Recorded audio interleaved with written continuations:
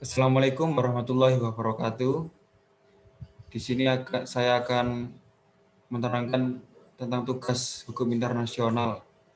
Dan sebelumnya saya akan memperkenalkan anggota-anggota kelompok saya yang bernama Gali Albi Wiyogo, yang kedua Muhammad Abil, yang ketiga Raffi Prastiantara, saya sendiri, yang ketiga Bima Dwi Yoga, dan yang kelima Happy Purwanto. Tema yang akan kami bahas saat ini adalah perlunya imunitas negara dipertahankan meski terjadi pelanggaran HAM yang berat. Karena akibat tidak jelasnya aturan hukum internasional dan kurangnya kepastian hukum merupakan salah satu kelemahan hukum internasional yang mengakibatkan kesenjangan negara-negara tersebut untuk melakukan sesuatu yang ilegal. Dan hal ini banyak disorot oleh para pakar hukum internasional. Dan selanjutnya akan dijelaskan oleh rekan saya yang bernama Bima. Pengertian imunitas negara. Dalam hukum internasional, istilah imunitas atau immunity berarti kebebalan. Dikenal sebagai aturan dan prinsip hukum mengenai hak yang dimiliki oleh orang atau badan hukum tertentu. Dan menurut di dalam buku James R. Fox, imunitas adalah kebebasan dari kontrol luar hak yang telah ada dan dimiliki oleh setiap negara. Pengakuan terhadap imunitas negara didasarkan atas konsep kedaulatan. Kedaulatan negara memiliki paham bahwa negara memiliki kekuasaan tertinggi di dalam batas wilayah negara tertentu.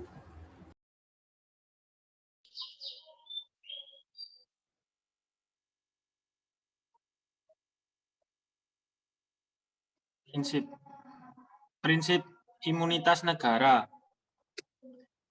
Keberadaan imunitas negara menurut Alin Kaswoska tidak dapat dilepaskan dari dua prinsip utama, yaitu prinsip par in parem non habet jurisdiction dan prinsip non-intervention terhadap masalah dalam negara-negara lain. Pada prinsip yang pertama, legal persons dari subjek-subjek yang sejajar posisinya tidak dapat memperoleh penyelesaian sengketa di pengadilan nasional salah satu dari mereka. Prinsip ini didasari oleh prinsip persamaan kedaulatan dan kemerdekaan. Dengan demikian, pihak yang berdaulat dari suatu negara asing dikecualikan dari yurisdiksi pengadilan nasional. Meskipun demikian, dimungkinkan adanya penanggalan imunitas sehingga pengadilan menegaskan larangan untuk ikut campur terhadap urusan dalam negeri negara lain. Adapun prinsip yang kedua, yakni mengadili negara lain di depan pengadilan nasional akan dianggap melanggar prinsip ini, yakni prinsip intervention nasional dapat memiliki yurisdiksi.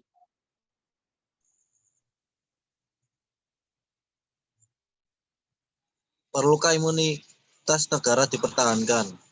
Perlu, karena jika imunitas tidak dipertahankan akan berdampak buruk terhadap politik dan ekonomi negara yang bersangkutan. Penegakan hukum dari proses perdata yang dilakukan sehingga imunitas negara harus dibuat dalam domestik masing-masing negara agar definisi pelecehan, standar pembuktian dan aturan pembuktian negara tersebut.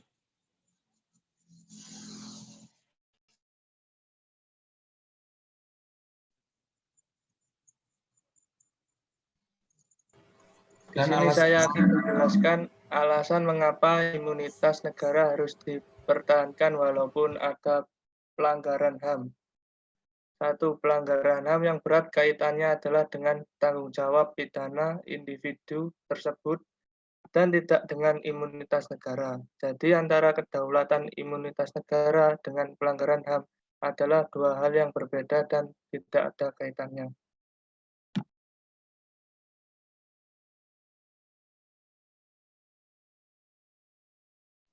Jadi kesimpulan dari tema yang kami bahas tadi adalah dari penjelasan di atas berarti bahwa saat ini imunitas negara merupakan prinsip fundamental yang diakui oleh internasional dan juga wajib memberikan kedaulatan imunitas pada negeri lain di depan forum nasional mereka yang bertujuan untuk menjaga hubungan internasional dengan negara lain.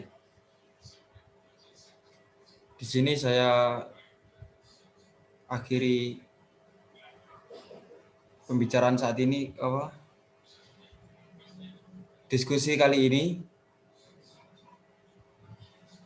Wassalamualaikum warahmatullahi wabarakatuh.